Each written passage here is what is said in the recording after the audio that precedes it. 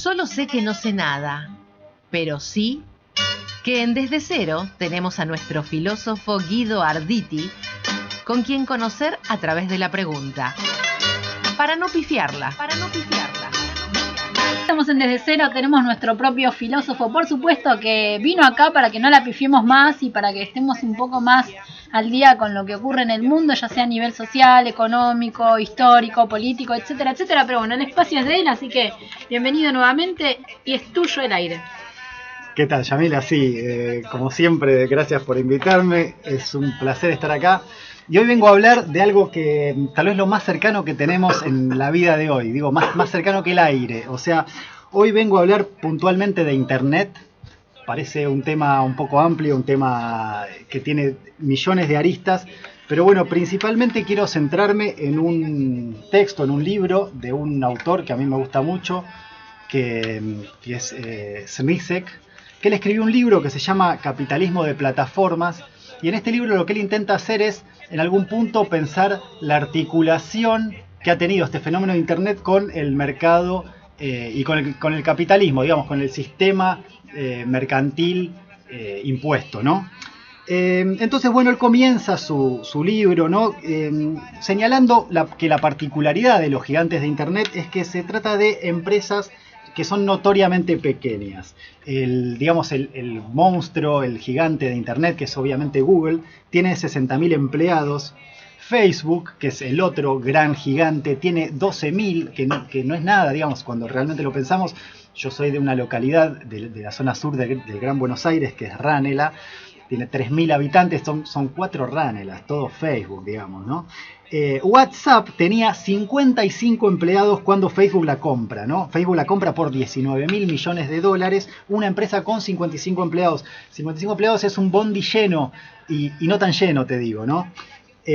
Instagram tenía, bueno, a ver si adivinan esta, ¿cuántos empleados tenía Instagram cuando la compra Facebook? Tenía 13 empleados, 13 empleados. Y fue comprada también por Facebook en $1.000 millones, ¿no? Él señala esto para en algún punto ilustrar las diferencias que se dan con el capitalismo industrial, que es el típico de mediados del siglo XX. Él dice, por ejemplo, en 1960, la General Motors, que es una de las grandes empresas, sí, ¿no? Siempre se suele citar, ¿no? Ford, General Motors, tenía 605.000 empleados. O sea, estamos comparando con... tenía más de 10 veces la cantidad de empleados que tiene Google hoy, ¿no? Y entonces él lo que hace es un poco hablar de este fenómeno de la desindustrialización que tiene lugar en las economías de altos ingresos, y lo que pasa es que en algún punto se tercializa la producción, ¿no? A economías de bajos ingresos, ¿no? Y él, bueno, hay muchos ejemplos que uno puede nombrar. Por ejemplo, se me ocurre pensar en Nike, donde justamente lo que hacen es el posicionamiento de marca y el diseño se hacen en las economías de altos ingresos, como puede ser Estados Unidos y demás, pero la manufactura y la producción se deslocaliza en fábricas con pésimas condiciones laborales en países de bajos ingresos, ¿no? China, Vietnam, etcétera, Filipinas, Bangladesh, Pakistán, etcétera. Tanto así que hay una organización llamada Labor Watch Vietnam que ha denunciado que Nike ha violado la ley de salario mínimo en Vietnam, o sea, ha pagado a los empleados menos que el salario mínimo de Vietnam. Imaginemos, ¿no? El salario mínimo de Vietnam es de $181 al mes, digamos, esto es, que podemos decir, son 13 lucas más o menos. Bueno, Nike pagaba todavía menos, infantil. Terrible, sí, eso es terrible. Sí, y también, bueno, sí, no solo es Nike, ¿no? También Puma, también Adidas, digamos, es un fenómeno. Pero bueno, volviendo un poco al tema puntual del libro, ¿no? Él lo que hace es un poco hablar de los comienzos de Internet, y ahora voy a un poco tratar de apelar a la memoria, ¿no? De todos nosotros, los que estamos por los 30 o que hemos pasado los 30, tratando de pensar un poco cómo era Internet, ¿no? En aquel entonces, y es cierto que todavía había una Internet que era no comercial, ¿no? Todavía era una Internet hecha por usuarios, que era hecha por usuarios para usuarios, ¿no? Y de hecho, si hacemos algo de memoria, ¿no? Podemos recordar algunas, hoy las llamaríamos aplicaciones, si se quiere, algunos programas. Por ejemplo, Napster, no sé si ustedes lo habían llegado a usar, pero No, Napster era pero- no me jodan, ustedes tienen 2 años menos que yo, ¿no? Bueno, pero igual. Bueno, Napster era como una especie de programa en el cual, digamos, otros usuarios que tenían el mismo programa podían bajarse de mi computadora mis canciones, mis películas, y yo podía hacer lo mismo respecto de los otros usuarios, ¿no? Entonces Era lo como que una hacía, especie de compartir información entre distintos... claro, ¿Cómo se le dice, Ares. Adriana, vos que sabés? Ares también. los blogs, ¿no? La gente que Sí. agarraba y escribía una especie de diario íntimo, que esto no tenía ningún tipo de fin comercial detrás, ¿no? La gente escribía una especie de diario íntimo en el que contaba su vida íntima, su vida personal, y otra persona capaz en otro país o en otro rincón del mismo país se le ocurría entrar y leer todos los días y ir siguiendo esto como si fuese una especie de novela. Y es cierto que había una internet que era mucho más hecha por usuarios y para usuarios, ¿no? Lo que dice él que pasa, ¿no? Es que en este primer momento de internet las empresas adoptan un modelo de primero crecimiento, ganancias después. O sea, lo que hay es una inversión grande en algunas empresas tecnológicas vinculadas a internet, donde no se dan inmediatamente las ganancias, sino que se invierte a la espera de ganancias futuras, ¿no? Por ejemplo, un muy buen ejemplo que de hoy es pensar en Bit. No sé si conocen la aplicación Sí. Bit, que es una que vino a correrle el piso a Uber y vino a serrucharle el piso a Uber. Y básicamente lo que está haciendo ahora es ofrece los viajes más baratos que Uber, pero ¿qué hace para ofrecerlos más baratos? Básicamente lo que hace es no ganar plata. O sea, no les está extrayendo ese 25% que sí les extrae Uber a los conductores.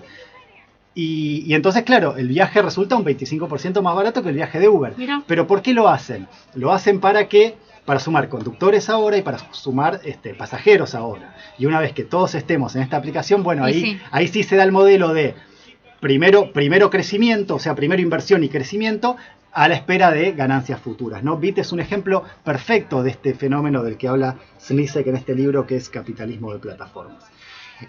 Bueno, otra cosa que él menciona es que dice que en este capitalismo 2.0 que estamos viviendo, Sí. se centra en la extracción y uso particular de un tipo de materia específico, de materia prima, que serían los datos, ¿no? El famoso como los datos. Y él dice que, al igual que el petróleo, estos datos se extraen, se refinan y se utilizan de diferentes maneras, ¿no? Entonces lo que pasa es que nosotros en nuestro tiempo libre, con el uso de internet, seguimos siendo parte de este proceso productivo, Entregamos toda ¿no? nuestra información a quién sabe qué. A quién También. sabe qué, sí, eso desde ya, ¿no? Pero incluso estamos siendo parte de este proceso productivo absolutamente todo el tiempo. Y siguiendo un poco con esto que venía diciendo de este libro que se llama Capitalismo de Plataformas, él lo que hace es investigar un poco este fenómeno de las plataformas. Dice que es un nuevo modelo de negocios y que es una forma eficiente de monopolizar, extraer, analizar y utilizar, ¿no?, los datos. Y lo que hacen en algún punto es, lo que siempre dice Jack Ma, ¿no?, el creador de Alibaba, que lo que hace es en lugar de construir un mercado desde cero, la plataforma lo que hace es proporcionar una infraestructura virtual para mediar entre diferentes grupos. O sea, es la famosa anécdota que cuenta Jack Ma. Dice, bueno, en realidad cuando quise duplicar la producción solo tuve que sumar un servidor, ¿no? No tuve que alquilar un despacho, ni nada, ni un garage, ni nada, digamos, ¿no? Y dice que una de las cuestiones que pasan con las plataformas, es esta cuestión de los efectos de red. Que, digamos, tener más usuarios genera automáticamente más usuarios. Digamos. Es una obviedad, ¿no? Digamos, si alguien quiere utilizar una red social, va a utilizar en la cual estén todos sus amigos, ¿no? Entonces, sí, es muy, muy sencillo, ¿no? Entonces lo que pasa es que justamente las plataformas terminan teniendo una especie de tendencia natural hacia la monopolización. Justamente, si hay más que genera más, las demás desaparecen, ¿no? Y obviamente lo que sucede también es que a mayor cantidad de usuarios que interactúen en una plataforma, más valiosa se vuelve esa plataforma, ¿no? Entonces, justamente lo que pasa es esta cuestión de invertir fuerte en un comienzo para captar usuarios, para después esperar que el número ese de usuarios genere las ganancias, ¿no? Y por eso es que también estas plataformas tienden a crecer mucho y de manera muy rápida, ¿no? Entonces él lo que hace un poco es dividir o digamos, categorizar las plataformas en distintas categorizaciones. Él dice que por un lado existen las plataformas publicitarias. Dice que Google y Facebook son las más conocidas, ¿no? Que lo que hacen es justamente esto, extraer información de los usuarios, sí. y con esto lo que hacen es vender espacio publicitario a quienes quieran captar a esos usuarios, ¿no? De hecho, el 89% de los ingresos de Google, digamos prácticamente el 90%, y el 96.6% de los ingresos de Facebook provienen de los anunciantes, o sea, prácticamente el 100%, ¿no? Estamos...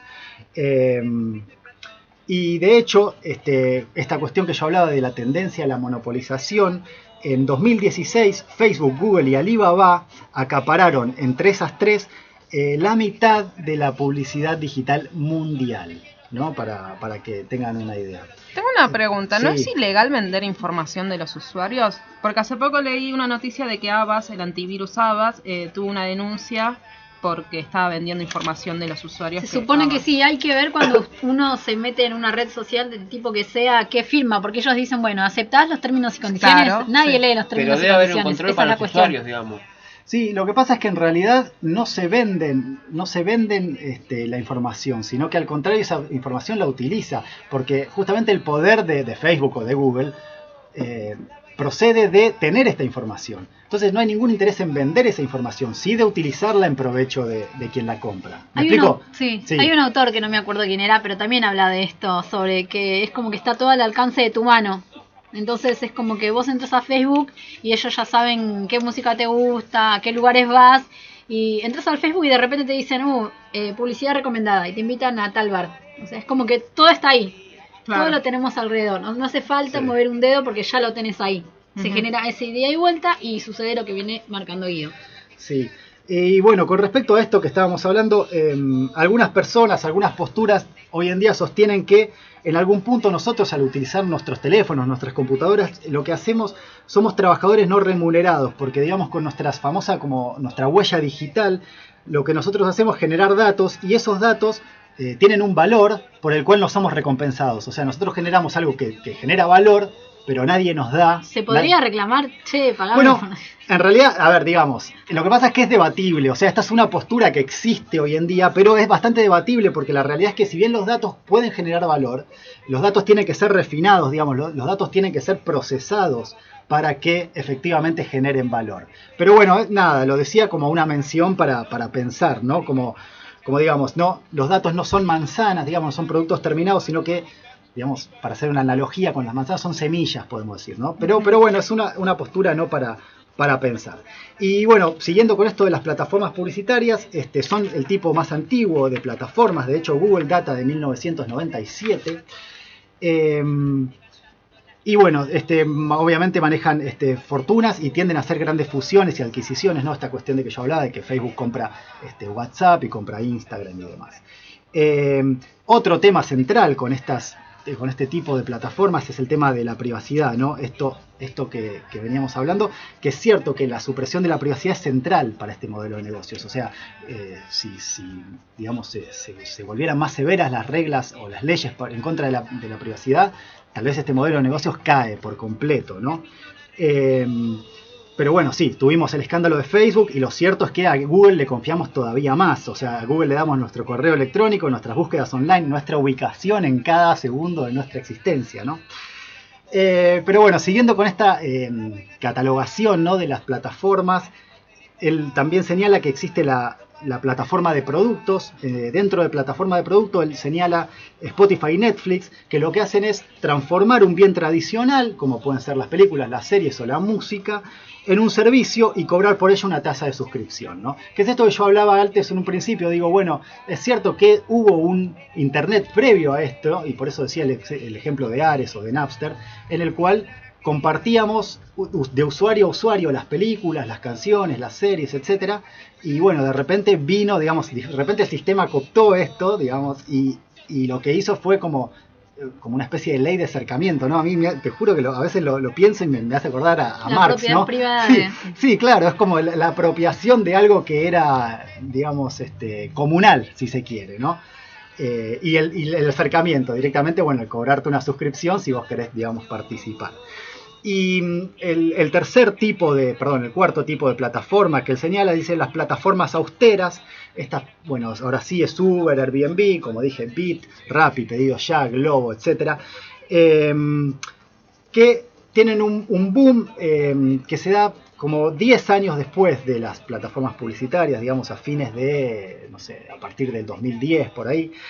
Y lo que hacen es tercerizar todos los costos posibles, exactamente. O sea, el auto lo pone el conductor de Uber, la nafta la pone el conductor de Uber, el seguro lo paga el conductor de Uber. Y bueno, Airbnb no exactamente lo mismo. Lo que hace es reducir al mínimo los activos y obtener ganancias, ¿no? Y dice, bueno, él lo compara un poco con el sistema. Él dice, esto parece una novedad, pero en realidad lo que es un sistema más viejo de trabajo que existe, ¿no? Es como el famoso trabajador portuario que se presentaba a la mañana en el puerto a la espera de un barco para descargar, digamos, y se presentaba todas las mañanas a la espera de que me dieran un laburo para el día, ¿no? Y él dice, bueno, el sistema es exactamente el mismo. El conductor de Uber sale todas las mañanas con su auto a ver qué pasa, ¿no? A ver de dónde me llaman y hasta dónde tengo que ir, ¿no?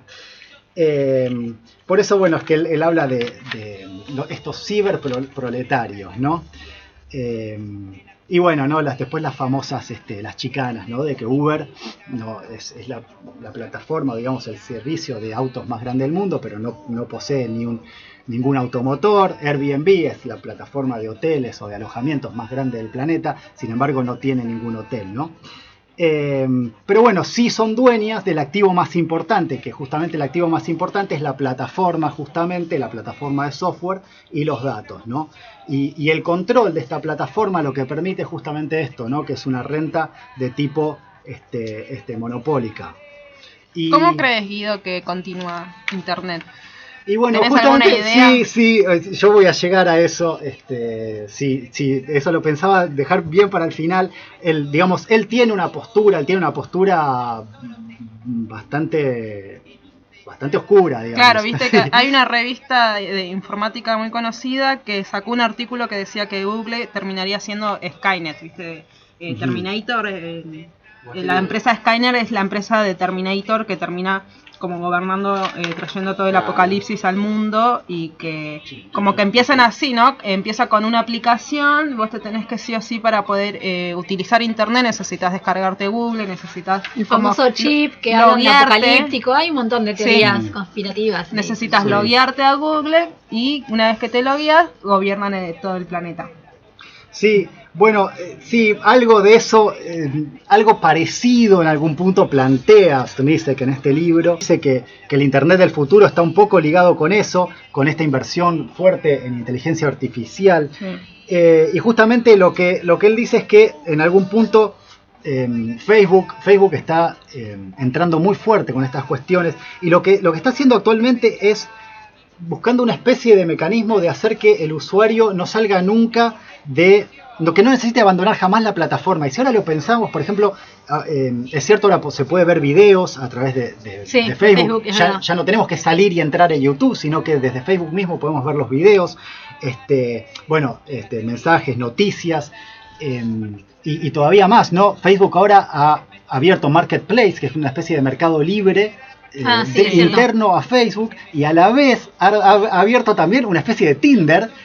Sí, también es verdad. Está todo ahí, es la vida ahí misma, más o menos. Claro, y Facebook, esta es la gran apuesta de Facebook, ¿no? Invertir mucho en inteligencia artificial, y de hecho el Internet del futuro que plantea Smisek es que esta inversión fuerte en inteligencia artificial a lo que va a llevar es que el día de mañana, cuando nosotros entremos a Internet, no necesitemos entrar en una página para sacar un pasaje en Bondi, a otra página para sacar un pasaje en avión, a otra página para reservar un hotel, sino, claro, una especie de mega Siri en el cual entramos y decimos, hola Siri, quiero esto, pumba, y directamente hablamos con Siri y Siri hace lo que le pedimos. Y eso sí, se daría una especie de Skynet o de Facebook o de Google, con el que sea que cope la parada y gane esta partida. Pero bueno, yo lo último que quería decir es, porque es cierto, este libro termina por dar un panorama bastante sombrío respecto del futuro de Internet, pero yo pienso que hay una luz de esperanza, y esa luz de esperanza tiene nombre, un nombre muy puntual, que para mí es Wikipedia, Wikipedia es, de hecho, la enciclopedia más completa y exhaustiva en la historia de la humanidad, ¿no? Sí, y quienes... muchos la critican, ¿eh? Igual. Sí, ahora yo tengo un argumento en contra de quienes la critican. A mí me gusta Wikipedia, pero digo, o sea, quienes suben información a Wikipedia no están buscando ningún tipo de beneficio económico. Y lo que hay en Wikipedia es justamente una internet como la que teníamos en los 90 o la que teníamos hace 10 o 20 años, que era justamente una producción entre iguales y con los mismos medios de producción, ¿no?